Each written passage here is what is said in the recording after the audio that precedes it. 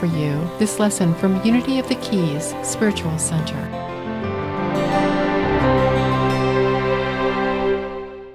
Hi again. I'm back. I know, right? I'm back this time without a guitar, so it's not a musical Sunday. It's just me talking at you guys. Last time I was here, we talked about finding our own path, and I did a really nice analogy with how AI handles learning and how you can do pathfinding through like 3D model space. And we really dug into that a lot, and I know you guys really liked that, so I wanted to double down on that this time. So today we're going to talk about some spreadsheets. No, I'm joking. No, we're not going to do that again, don't worry. Today we're actually going to talk about community and what it means to be in a diverse community. And we're not going to, I rewrote this talk probably 17 times. Like, I knew that I was going to do this for a while, and I was like, oh, I know exactly what I'm going to talk about. And then I just kept being like, well, I ended up with more questions than I did answers, and I think that's kind of the point of these things, is that we should ask ourselves a ton of questions when it comes to community. So why? Why did I want to talk about community? Well, I love the idea of community. I love being, and we all do. Clearly we're here. It's a Sunday in September, and we're all together on a Sunday morning. Some of us are watching online. We've all decided to be part of a community. I personally have worked in communities for years trying to build them. In Pennsylvania, I worked at building an artist community where we had a group of singers and musicians and everybody who could come and go, and we had a nice circle of them where we all performed together and played places, and we just kind of worked off of one another, wrote songs, and just had fun. And I worked really hard at building that community. We had to find places that we could play. We didn't have any of that when I started. There were no venues, there was nothing. And we worked for years at building that community, and it was really hard. It was super hard work, and I thought, wow, building a community is always terrible. It's just always like this constant push and pull and everything, and I kind of like set that aside for a while. And then Chris McNulty built Queer Keys just down the street, and he worked really hard at building that community and everything. And I was like, wow, he's doing a great job. He's doing a fantastic job. And it kind of happened, naturally. The idea came naturally, and then he worked really hard at it. And I'm like, yeah, building communities, man, that's really, really hard. It's really, really hard. And then Friday, I went to an event at the Women's Club. Not the Women's Club, sorry. It was for Women's Fest. It was the Divas Through Decades concert. I don't know who might have been there. I was basically the only guy in the room, so I'm assuming some people weren't. It was Marjorie Lee, one of my friends, performed, and what they did was they did a concert about LGBTQIA+ women through the decades of music, and how their music pointed people to a sense of community. How they, in some ways, spoke out and said, hey, we are here publicly. This is us. This is our community. We've built this. We're here. Recognize us, basically. And in other ways, not saying it publicly, but saying to people who would recognize those things that we're here, we see you, you can be part of us, you're not alone. And that kind of got me thinking, do we always build community, or do we have community spontaneously up here around us in some cases? Are we always having to consciously push and pull community? Because while they were working throughout the years, the community kind of evolved. And in many cases, communities do just evolve. And those are some of the closest and tightest knit communities. So before we go into what it takes and what we're going to do, I thought it would be important to let's define community. Let's define community in the big, broad definition of the world, right? And let's talk about what unity does in community and how unity believes community exists. So I like to always define things before we start talking. It's mental housekeeping. If we define what we're talking about before we actually talk about it, we all get to start on the same nice level. None of us are going to be confused. And when I say the word community 7,000 times today, you'll know what I'm talking about. So if you define community broadly, it's a sense of, you have three basic parts of it. A sense of togetherness, some feeling about ownership, or a communion and agreement over something between some people. So those three parts kind of break down as is. There's your sense of togetherness. We're in a community. We're together. We come together. We physically are together. That's one side of a community. The second side, like I said, is a feeling of ownership, where you might want to necessarily protect something. I am this thing. We are this thing. We need to protect this thing. We need to keep whatever this is, it. And we create a community around the idea that we need to keep this thing for ourselves, and we don't want other people to hurt it, and we don't want it to, get encroached upon. That's how we build a community sometimes, between something. And then, of course, communion over something where we are in agreement. I agree about this thing, you agree about this thing, he agrees about this thing, she agrees about this thing. Oh, great, we're a community together. Are we necessarily protecting it? Maybe. It works in all three of those parts. So types of communities, obviously churches, sports teams, fans, not the same community. Sometimes they like to think it is. Political parties, social alignments, hobbies, the list goes on. You can build a community around anything. And sometimes those communities do tick off every single box. When you think about communities, a lot of times the word community is often attached to a church. And why? Probably because churches easily tick off every single box of that community definition. We all come together in one physical place, or we're all watching online. We come together physically. We often think of something that we would like to, kind of protect or guard. There's we believe something, and we would like to keep it that way. There's something to protect. The church, the sense of community, the sense of what we believe, and then of course the agreement. We agree on the stuff that we talk about in the church a lot of times, so there's a community there. We're checking off all three of those boxes in churches. So that's why a lot of times churches form the most strong and large communities inside of bigger communities. So unity.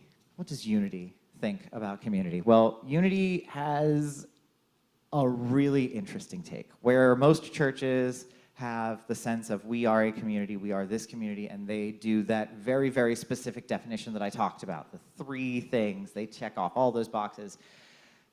Unity does a totally different thing.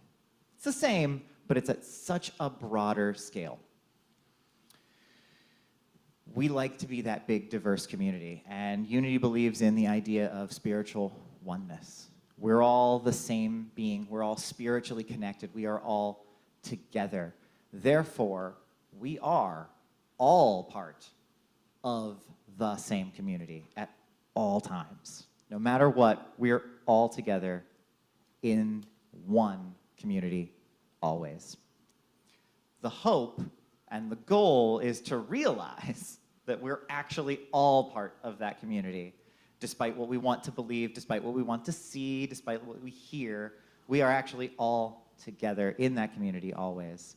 So that's why we get to do all of those fun things. The last 3-4 weeks that Reverend Debris talked about the tree of contemplative practices, all of those workings, all of those practices that she gave us, those are all the tools that we can use to get back to the idea of that we are all one. We're all one sense of community. We are all together. We are all connected in spirit. We are part of the larger C, big C community. We'll say big C community. If we can say big C church, we can say big C community. It's basically the same thing. So Unity believes that we're all together. We're all part of that same community, which makes it interesting. Because we get to disagree in unity. We don't all believe the same thing. We all believe that there is one path, and we all believe that we are together, but we don't have to believe that individual paths clash, which is great. It makes us instantly diverse by being super inclusive. We'll talk about inclusivity. So, if we believe that we're all part of one community, if that's what we believe, how do we get there? Well, Unity says that the best way to do that is through things like what Dave Bree talked about, the tree of contemplative practices, spiritual applications through life, all of our normal, our not the homework. Oh, I can't think of what Dave Bree, I just lost the word. Love work, yes, thank you. I was like, she gives it to us every week, and we all have to do things. It's her love work. It's through our love work each week that helps us build and strengthen communities according to Unity principles. Things like activism, going out and believing what you believe and helping other people with that. Healing work, talking to friends, helping them through things. Doing simple stuff to help the world around us. And, Unity's big on this one thing called kindness, just being a nice person out there, and it doesn't matter, just whatever your actions are, make sure that they aren't imparting negativity on someone else. So, we talked about these communities. What are we gonna do about them? How do we build them? Do we let them just happen around us? Do we have to go out and hang signs on the side of the street? Do we have to yell at the top of our lungs, say, hey, look at us, let's do this thing? Yeah, all of that. It has to happen naturally, and we have to put a little bit of work into it. Sometimes a lot of work into it. When we're putting this work into a community, sometimes we have to go out. Sometimes we have to go out into the world. We want other people to join us. We want other people to say, hey, I like that. That looks fun. So we have to do the work. But a lot of times we can also just be and do the practices, and people will see us and go, oh, let's see what that's about. This person's always happy. What are they doing? What's going on with them? We don't always have to be there. We can just have things passively. You don't have to have a thing with the intent of building community. I'm not going to be like, well, let's do an event tonight, and when everybody comes, we're going to be like, all right, so this is our church. This is what we do every Sunday. No, we don't have to do that. We can just be like, everybody come on. We're all going to be nice. We're all going to have fun. What happens, happens. Sometimes you build really nice communities that way. But when we're building our community, often we have to think, who gets to be part of the community? Do we decide who's going to be in the community? Do we let the greater world decide? Well, Unity says we don't need to decide. Since we're all part of the same community, we just need to be together. We just need to work together. We don't have to work hard to create anything, as long as we know that when we step out with the idea of being together, a community will be created. Now, that doesn't say that we have to find a building and work hard and tell people that we're here and make sure that we're safe in our community. But as long as we set out with the good intentions of not harming other people, that community will happen. So, with that thought, defining communities again, diverse communities tend to be way more successful. And as you exclude people from a community, it tends to not go so well. A, because you're limiting people who can be in your community. A big community is great. If you're like, I only want a community with people who like the color blue, who are right-handed, who have green hair, you're really starting to get down there, and your community is not going to be very broad. And the idea of community is we are all together, and we get to have this togetherness experience. So be more inclusive on a community.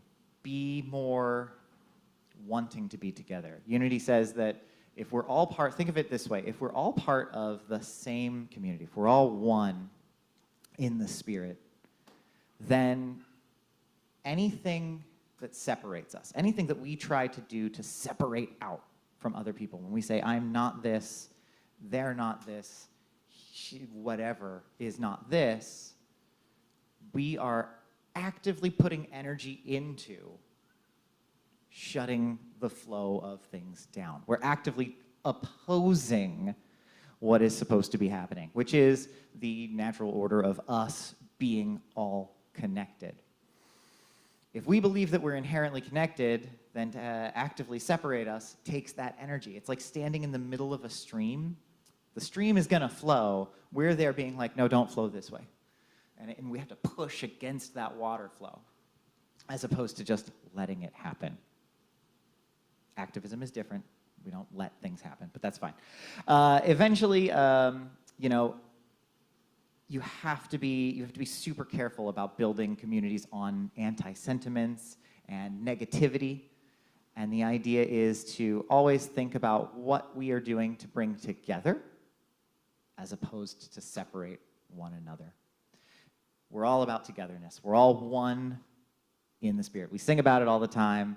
You know, we talked about the prayer protection, wherever we are, God is. So we can't separate. It's good to define who we are as people because that helps us connect with other people faster. But we have to remember that in those communities have to talk to other communities. And there is not a full separation. Just like there's no separation between us and Spirit, there's no separation between one community and another community. There's always something that connects us. There's always something that's going to connect the individuals. And it's kind of our job to find out what that connection is. So if we are in a community that we might feel very strongly about, think, what is the community doing? How is this group that I'm involved in helping other people? How is it connecting the world together? How are we, as people who come to Unity, how are we working in that community actively or passively? You don't have to always be out there doing things. Sometimes you can help from the background. Sometimes you can just be the person that the rest of the community needs to see. How are we, or how is this community bringing other communities together? And that's what we need to always work towards, is no matter how we break ourselves down, no matter how diverse we get in our own bubbles, because we can't. Each bubble is very diverse, but we want to have the big tub. We're the melting pot, the big diverse melting pot. So when those bubbles all boil up to the top, how do we pop those bubbles and get back into the pot together? That's the goal. Always be thinking, when we're building this community, when we're working in any individual community, what can we do from my group of people to reach out to another group of people and find those common grounds and realize that we're all together in the same boat, we're all in the same pot, and that we can work together for the better of everyone, that we're not separate, that we're all together and we are all one in spirit, much like Unity says. So, I gave you a lot of questions. I don't have answers to those things. I'm sorry. All we can do is talk about community. All we can do out there is go out and be the light that the world needs us to be. So think about that this week. I don't have love work for you other than go and be the light that you need to be for the communities around you and the people around you.